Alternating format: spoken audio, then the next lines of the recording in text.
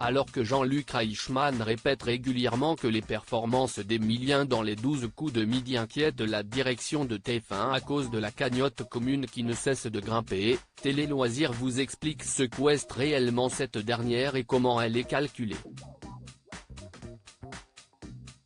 Non, Emilien n'a pas la plus grosse cagnotte des 12 coups de midi. Avec 1 300 749 € de gains et de cadeaux, le plus grand champion du jeu de TF1 est toutefois distancé par la somme accumulée dans la cagnotte commune, 1 720 900 €, à la date du vendredi 26 juillet.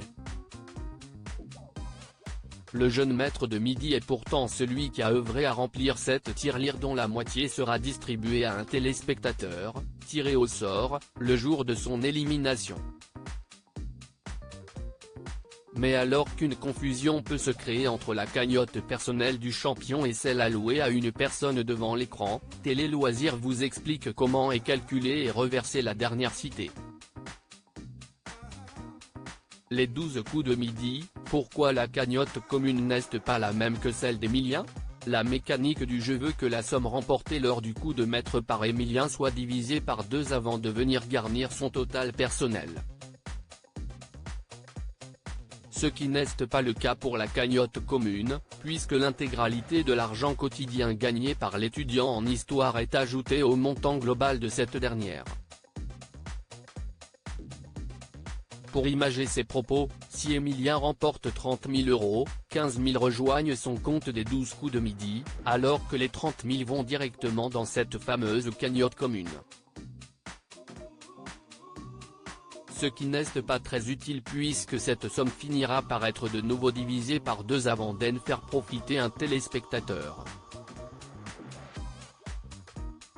Le tirage au sort de l'heureuse élue se fera le jour où le petit ami de Jessica se fera éliminer des 12 coups de midi. Je trouve ça délirant, fou ce qu'il se passe. Ça commence même à nous échapper. On en parle avec la haute direction de TF1, s'était même inquiété Jean-Luc Reichmann, en avril dernier, au sujet du montant pharaonique glané par le champion, et que TF1 devra donc régler à un téléspectateur en plus de rémunérer Emilien. Les 12 coups de midi, qu'en est-il des cadeaux de l'étoile mystérieuse? Présent depuis le 25 septembre 2023 dans les 12 coups de midi, Emilien a remporté 11 étoiles mystérieuses en 10 mois de présence. Une performance démontrant ses qualités de chasseur de personnalité, mais agrémentant également sérieusement son compteur. Les 440 299 € d'objets et voitures remportés dans les 11 vitrines n'entrent néanmoins pas en compte dans le calcul de la cagnotte commune, puisqu'après chaque découverte, un téléspectateur est tiré au sort pour remporter les mêmes cadeaux que le jeune homme.